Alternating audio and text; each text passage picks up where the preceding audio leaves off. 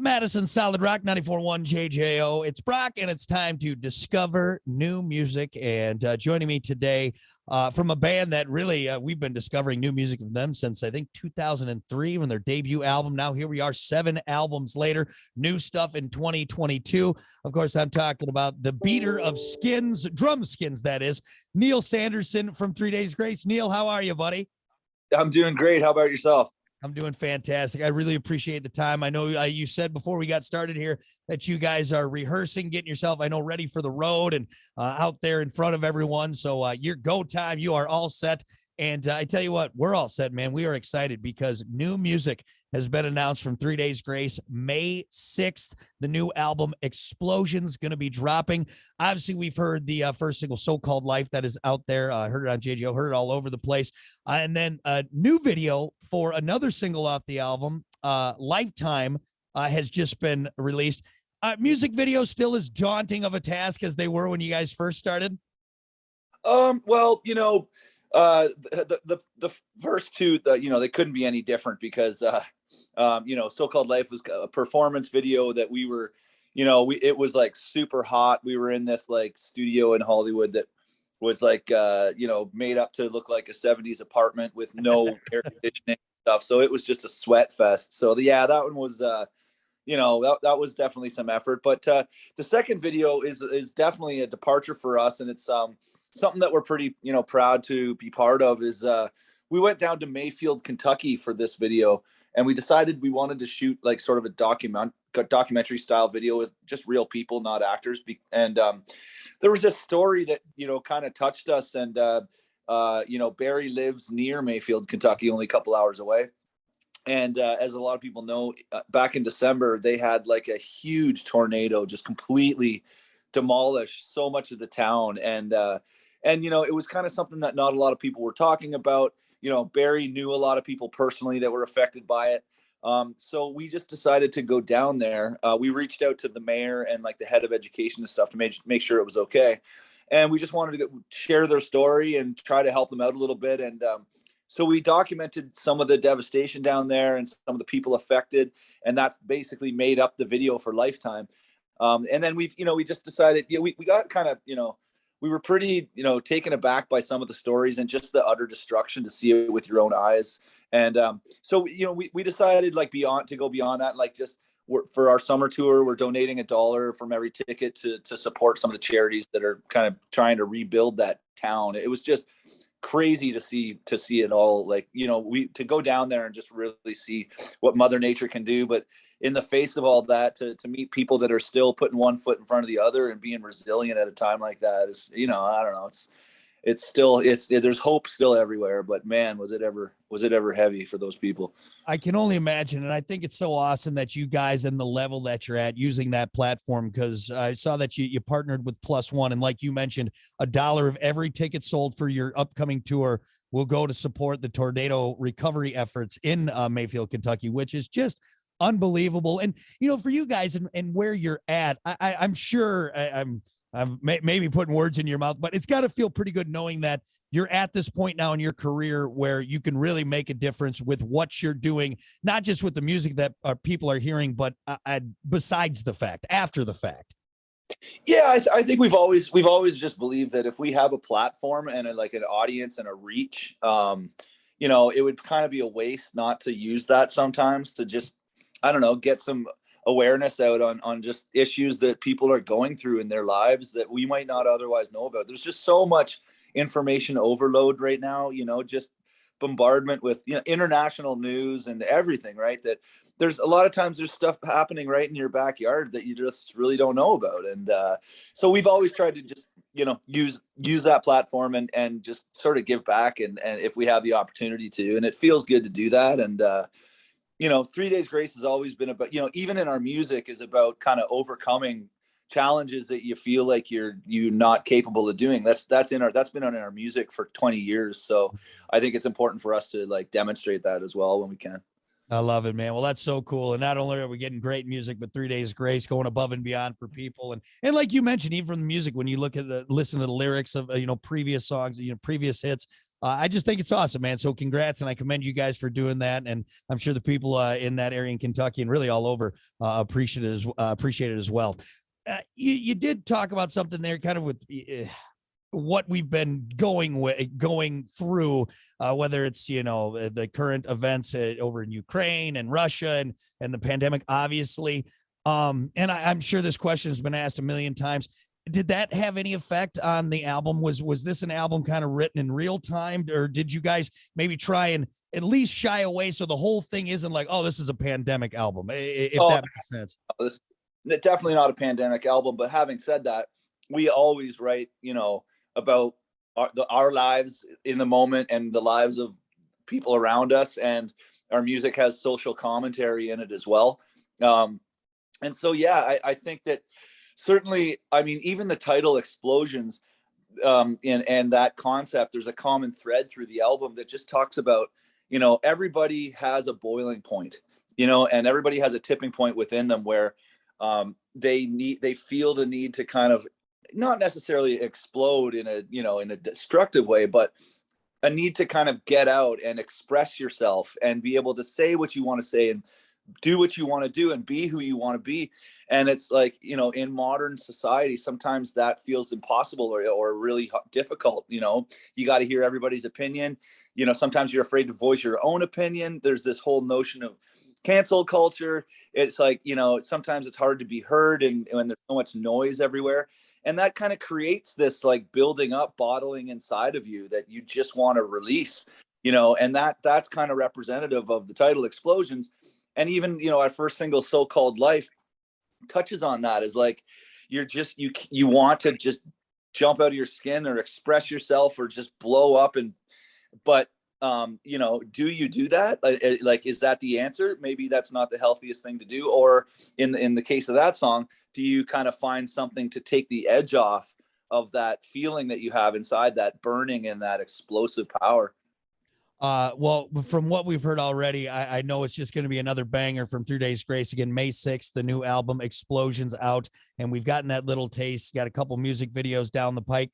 I think it's interesting now too, looking at this, and I don't want to make you feel old or make you go, oh geez, it's been 20, but if you look at the first album, 2003, here we are 20 years later, almost to 2023 now, generations of 3 Days Grace fans. When you're writing a record now and you kind of maybe go back to that 2003 or when you guys formed, I believe in 97, is it still the same mindset? Obviously, when you're in your 20s, writing your teens, writing this stuff, and now later on in life, how do you approach an album now 20 years down to what we're hearing as opposed to maybe in 2003 when you guys were together?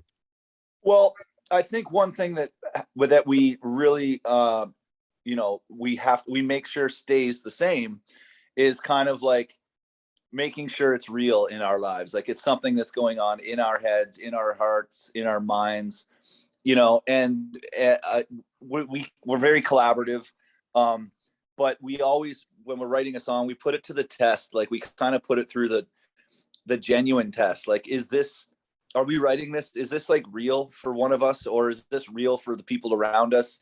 Because that's the connection with our fans, is that I think they realize that it comes from a real place. And we write about everyday struggles, issues, loss, addiction, anxiety, depression, all that kind of stuff.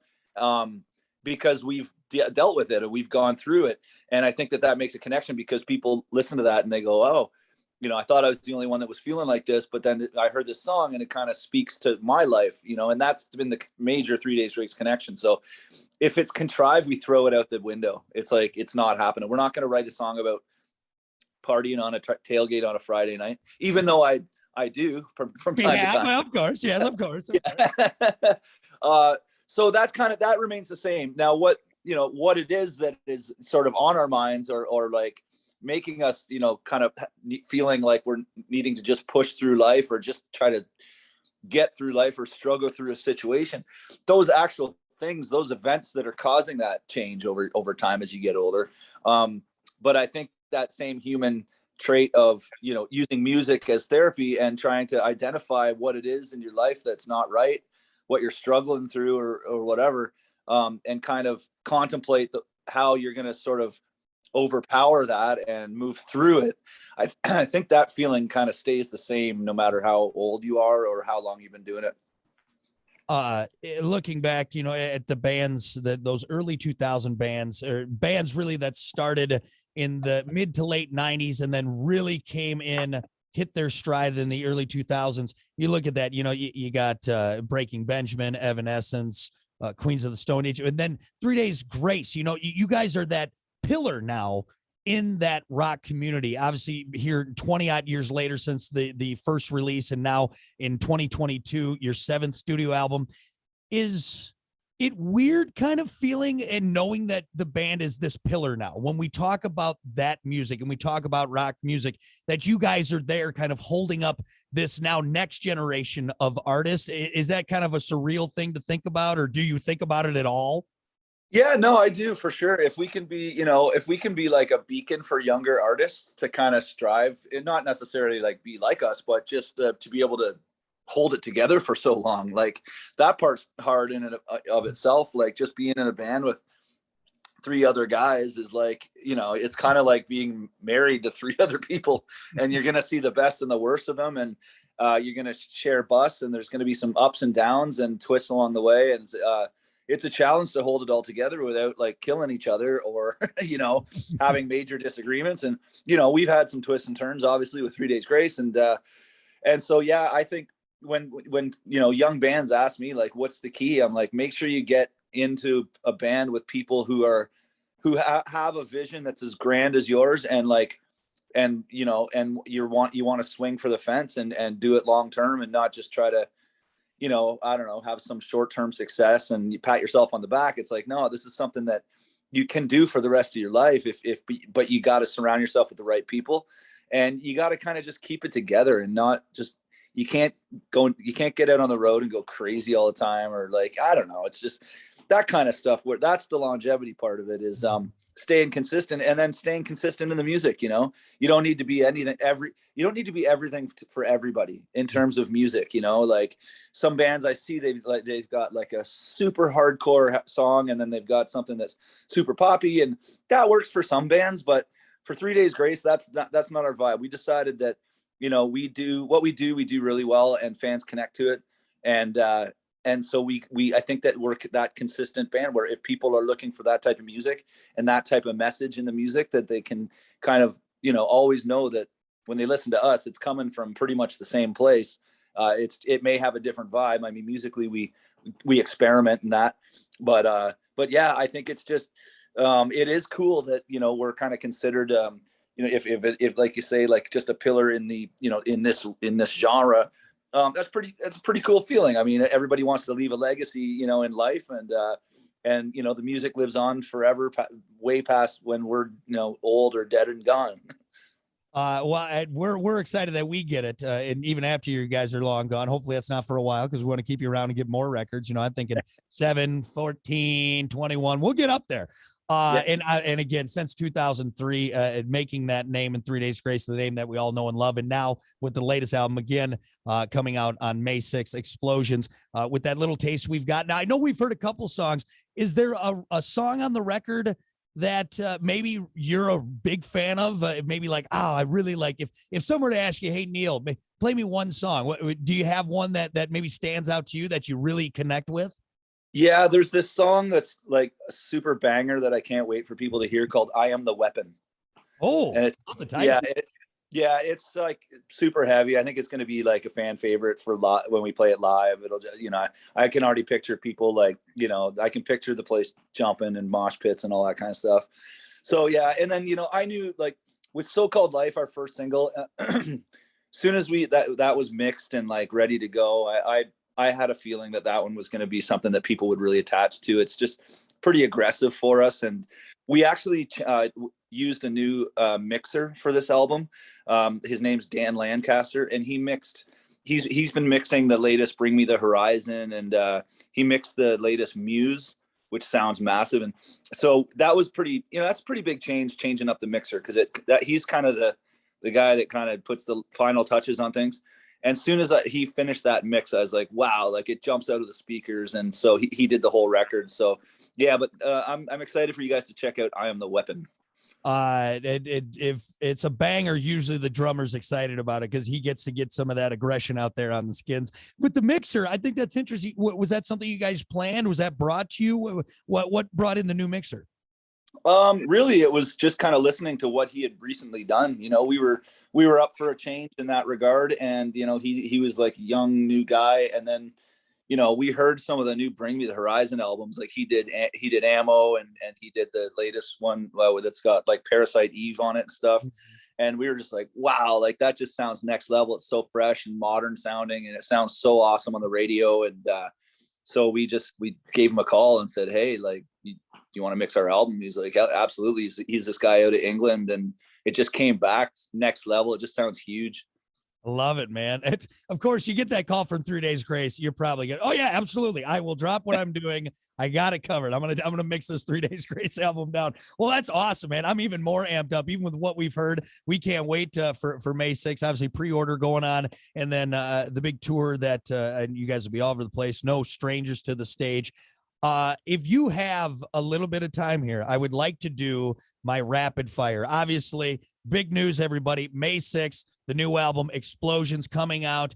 Just dropped the video for Lifetime, which also has a great backstory, kind of a tug at the heartstring story. You can check that out. That is available all the streaming places now. But if you do have a minute, Neil, now that we've got the important stuff out of the way, we could do rapid fire. Absolutely. Beautiful. Okay, now this is part drummer rapid fire, part Canadian rapid fire, because of course you're from the Great White North, our brothers from the North. So I tried to tweak it the best I could for you. So first, let's do the drumming rapid fire. Okay. No wrong answers on this, by the way. John Bonham or Neil Peart? John Bonham. Ginger Baker or Keith Moon? Ginger Baker. Crash cymbal or ride cymbal? Crash cymbal all day. All day, all day. I figured as much just watching you play, but I had to ask. All right, now on to the Canadian rapid fire. Poutine or ketchup chips? Poutine. Oh, by the way, what is a ketchup chip? It's just a chip that doesn't really taste like ketchup at all. It's like just red and salty. Oh, okay. All right. Highly overrated. But poutine, that is rated right where it should be, right up there. Poutine is like it's delicious. Absolutely. Gravy and cheese and fries. You cannot go wrong. Can't go wrong. You figured down here in America we would hop in on this, but I think we're slow. We're late to the party. All right. Would you rather see and maybe you don't know who these are. I just was looking up folklore. The Thetis Lake Monster, aka the Lizard Man, or Ogopogo? Is the Lizard Man still alive? Is he a young guy? I think possibly. I think we toured with the Lizard Man. You toured with him? Yeah, well, there was a guy. He's tattooed green, and he's got like some facial, alterations, and he was doing like a freak show in between the bands. If that's the guy, I'm just gonna go with Lizard Man, just assuming that that's him. We kind of broed out a couple times. We had a couple beers. I think the Lizard Man I found was something that ate like farm goats and lived in a swamp. But hey, who knows? Who knows it? Oh, okay. Yeah, no, yeah. Lizard Man's a buddy. I like it. Good. All right, last one. Would you rather take a slap shot from Gordie? Now, it's Gordie Howe or is it Gordie Howie? Gordie Howe. Gordie Howe or Bobby Orr? Who would you rather take a slap shot from? Where am I taking the slap shot to? Do I have a jock on? Yes, you have a jock on, but I don't know if that's going to help. Yes. Okay. Yeah. I wouldn't want to take one from Gordie Howe. So I wouldn't want to take one from Bobby Orr, but I don't know. Can I wear a helmet? Helmet, jock. I'll take it. I'll take one from Bobby Orr. That's it. Oh man. I don't think you're going to win either way on that one. So maybe the Lizard Man will come pick you up and take you to the hospital after you're done. Yeah. 100%. All right. Well, good enough for me. Thank you for thank you on that. Everyone, don't miss out. May 6th, the new album Explosions going to be out. 3 Days Grace. Of course, you can hear them now on air all over the place and then on tour. Neil, thank you so much, brother. I appreciate it. All right, man. We'll see you soon. Take care. Take care.